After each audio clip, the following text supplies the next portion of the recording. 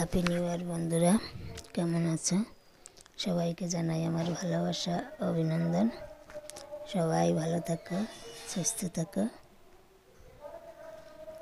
আমার পাশে থাকার জন্য তোমাদেরকে অসংখ্য ধন্যবাদ। তোমরা হয়তো অনেকেই কই মাছ দিয়ে তেল কই রান্না করে খেয়েছো। আমি আজকে তোমাদের তেল শিঙ্গি বানিয়ে শেয়ার করব। এটা ভাতের সাথে খেতে খুব ভালো লাগে। একবার খেলে বারবার খেতে ইচ্ছে করবে। তাহলে চলো শুরু করা যাক। আমি ছোট ছোট শিঙ্গি মাছ কেটে ধুয়ে নিয়েছি। তোমরা চাইলে বড় শিঙ্গি মাছও নিতে পারো। বড় শিঙ্গি মাছ আরও বেশি টেস্টি হবে। আমি একটা মিডিয়াম সাইজের পেঁয়াজ কেটে নিয়েছি, কয়েক কোয়া রসুন নিয়েছি, সামান্য আদা নিয়েছি, হাফ চামচ জিরে নিয়েছি, যেহেতু আমার মাছটা অনেকটা কমই আছে। কয়েকটা ধনেপাতা নেব, 4-5টা কাঁচা লঙ্কা নেব। তোমরা চাইলে এখানে শুকনো লঙ্কা অথবা গুঁড়ো লঙ্কা ব্যবহার করতে পারো। গোটা ধনে, গোটা গরম মশলা একসাথে বেটে নেব। বাটিতে ধুয়ে রাখা মাছগুলো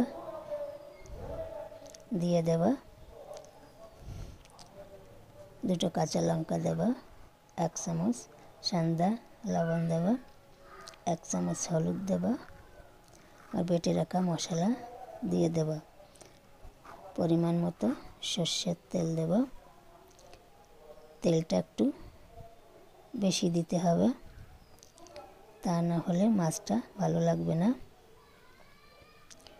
দিয়ে মেখে নেব। মশলা মাখানো বাটি ধোয়া জল দেব। ভালোভাবে এটাকেও মিশিয়ে নেব। কড়াইতে জল দেব, বাটিটা বসিয়ে দেব। লো ফ্লেমে আধা ঘন্টা রাখব এবং বাটিটা আমি এখানে ঢেকে রাখব, যাতে আমার ভাপটা না বেরিয়ে আসে। আধা ঘন্টা পরে ঢাকনা তুলে নেব।